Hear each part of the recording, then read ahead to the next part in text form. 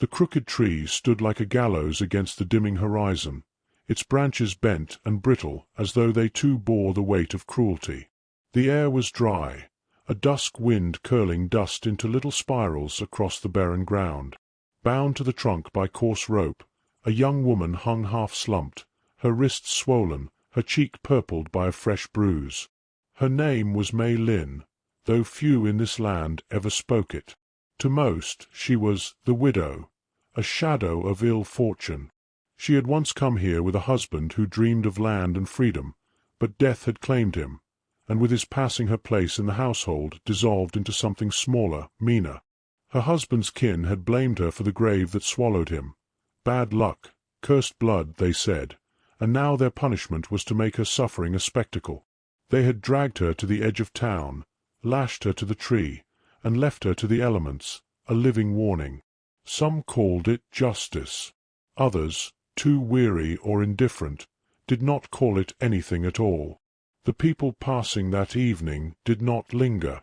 A few slowed their wagons, casting sidelong glances before urging their horses faster. One woman pulled her child closer, whispering a prayer under her breath. The cruelty of the act was plain, but no one wished to challenge the family who had bound her.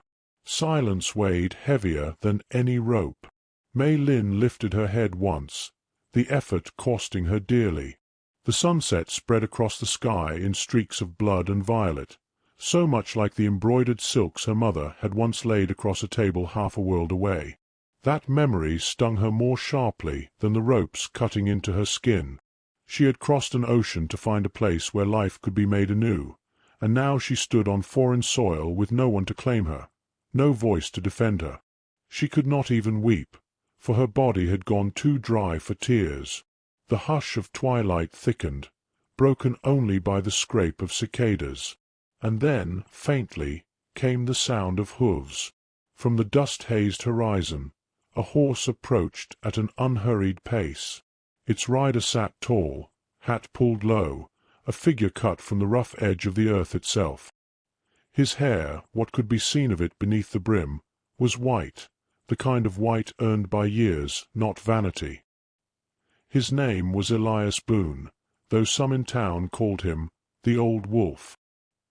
He was a man who kept to himself, weathered by decades of loss and trail dust. People said he lived too long with ghosts, and perhaps that was true. As he neared, his gaze caught the figure bound to the tree. He slowed his horse, studying her with the patience of a man who never rushed to conclusions. Mei Lin could not lift her head high enough to see his face, but she felt the pause in the air, the way silence sharpened when he drew near. Elias dismounted, boots crunching on gravel. He did not speak at once, nor make a show of outrage.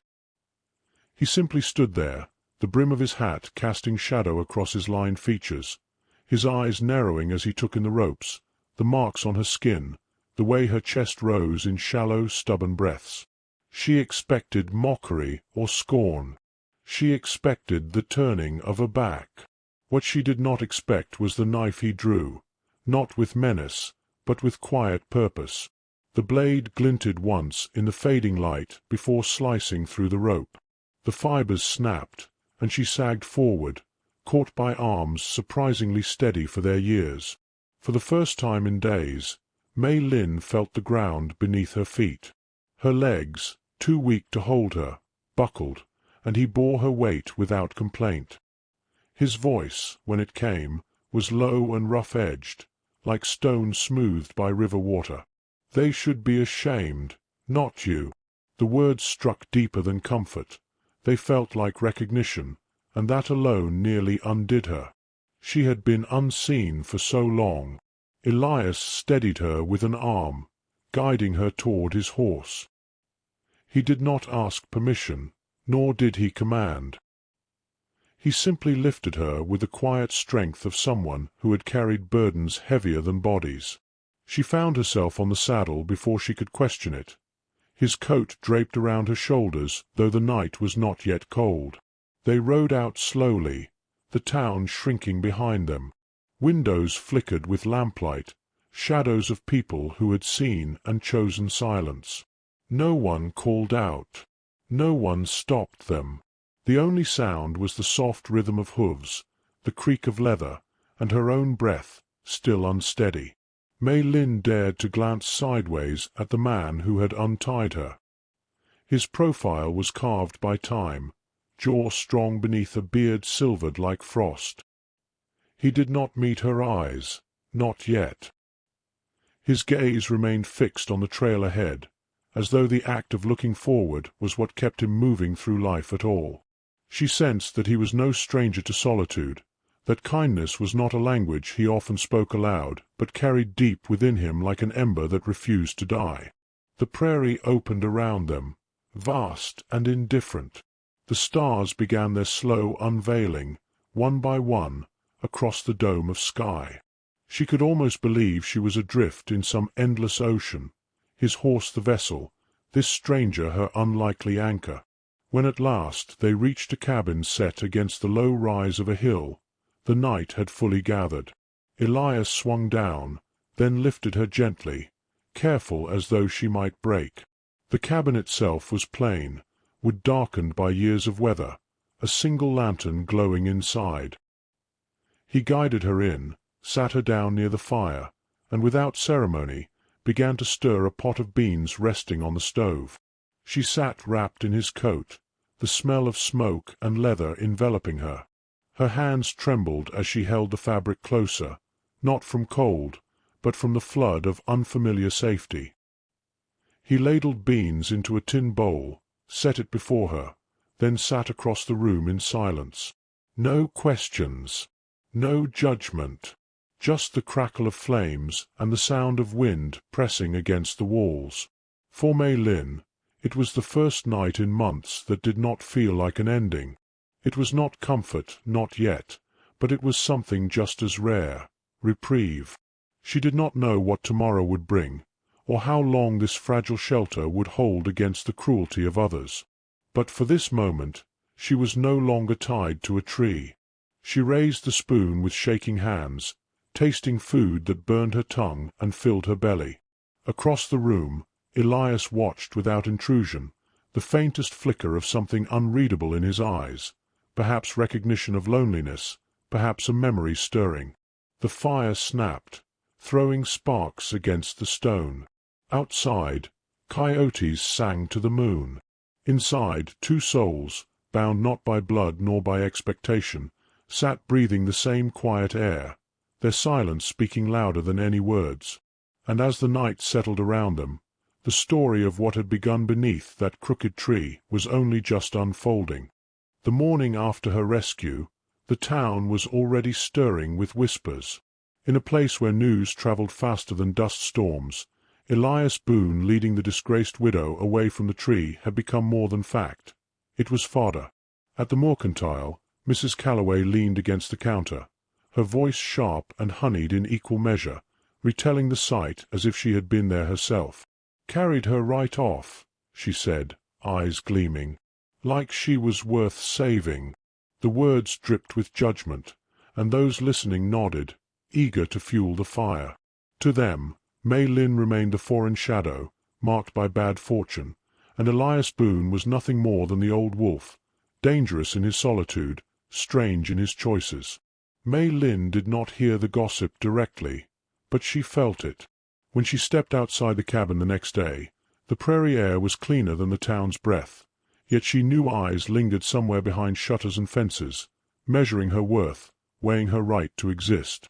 She stacked wood as Elias had shown her, the axe handle heavy in her hands, her palms blistering from the labor. He said little, just nodded with quiet approval when the pieces split, and she found comfort in that. His silence did not sting like the townspeople's. His silence was space, and in it she began to rebuild her breath. Inside the cabin, small gestures spoke more than language. She set wildflowers she had gathered into an old tin cup on the table, their color softening the rough boards. Elias paused when he saw them, his weathered face unreadable, then gave the faintest incline of his head before returning to his work. That nod was enough to warm her chest. In return, she noticed he left his coat draped near her chair, always within her reach, though he never mentioned it. These unspoken exchanges wove a fragile thread between them, the beginnings of a bond neither fully acknowledged. But outside those walls, judgment grew sharper. At the saloon, Jonah Pike laughed over a glass of whiskey, mocking Boone's new bride. His companions joined in, their laughter brittle. Jonah's cruelty was louder than most. He had been among the men who tied Mei Lin to the tree, his conscience untouched by shame. Now, bitterness toward Boone's defiance festered in him, turning into talk of action. "Old man's lost his wits," Jonah sneered. "Maybe it's time someone reminded him what happens when you spit in the town's face." Night came heavy with silence, the kind that carried tension rather than peace. The wind scratched at the cabin walls, and Mei Lin's unease deepened as if she could feel trouble stirring in the distance. She sat close to the fire, her eyes flickering toward Elias as he cleaned the revolver resting in his lap. He had said nothing of threats, but his steady movements betrayed that he was waiting. When he looked up, their eyes met, and she whispered, almost too soft to hear, "They will come." His jaw tightened. "Let them," he said, voice quiet as gravel. The hours stretched until hooves thundered out of the dark. 3 riders emerged beneath the pale wash of moonlight, their shadows long and jagged across the dirt. Jonah's voice cut through the night, harsh and mocking. "Boone, you think you can hide her? Think you can stand against every man in town?" His words echoed, but there was hesitation beneath the bluster. Elias stepped out onto the porch, his white hair catching the moonlight, his revolver already in hand. He did not shout, nor posture. He stood firm, steady, the barrel angled down but ready. Mei Lin remained inside, clutching the edge of the table, every muscle taut, the air in her lungs refusing to move. Jonah spat into the dirt. "You're old, Boone. Old and foolish. Hand her over, or we'll drag her back ourselves." Elias's reply was soft, the kind of calm that unnerves more than fury. "You'll ride away now." The men shifted on their horses, their laughter forced. Jonah tried again, louder, angrier. "Or what? You'll shoot us? You ain't fast enough any more." The silence that followed was sharp as glass. Elias lifted the revolver, his hand steady, and fired, not at them, but at the ground near Jonah's boots. The bullet struck with a crack, dirt spraying. Jonah's horse reared, nearly unseating him. The sudden precision, the proof of his hand's steadiness, stole the bravado from the night. "Next one won't miss," Elias said, still calm. His voice carried the weight of a man who had faced worse, survived longer, and did not bluff. The riders faltered, muttering among themselves. Jonah's face twisted with rage, but fear rooted deeper. He jerked the reins, backing his horse, and with curses hurled into the air, he turned away. The others followed, their retreat swallowed by darkness until only the sound of crickets remained. Elias lowered the revolver slowly, his breath visible in the cool night air. Inside the cabin, Mei Lin exhaled, her body trembling with relief and awe. When he stepped back through the door, she reached for his sleeve without thinking, her fingers clutching the fabric as if to anchor herself. He did not move away. His eyes met hers, and in them she saw not just the protector who had stood against danger, but a man who, for reasons she could not yet name, had chosen her side. The fire burned low, its glow soft against their faces. Neither spoke of what had just passed. Instead, silence settled once more, but it was different now, heavier, fuller, charged with the knowledge that danger had been turned away together. In the days that followed, the gossip did not vanish, but it shifted. The story of Jonah Pike's retreat carried its own weight, reminding some that Elias Boone, white hair or not, was still a man not to be tested.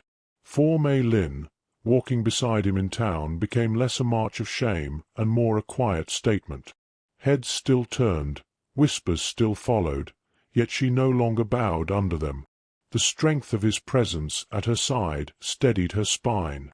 By the well one afternoon, she caught her reflection in the water, her face still bruised but her eyes brighter than they had been in months. Dignity had returned, not as a gift from the townsfolk, but from her own endurance and the unlikely grace of a man who had chosen compassion over cruelty. And for Elias, something shifted too. The cabin no longer felt like a place only for ghosts. When she set flowers in that tin cup, or when she laughed softly at a small victory with the axe, he felt the air lighten, the years of silence thinning. He did not name it, but he carried it carefully, the way one carries an ember through the dark, hoping it might spark a flame. So it was that beneath the vast and indifferent prairie sky, the widow once tied to a tree stood taller, and the cowboy once called an old wolf found himself less alone. Their story was not yet finished, but already it whispered a lesson as old as the earth itself. Dignity is not granted by the crowd, but claimed in the quiet courage of standing beside someone when the world has turned away.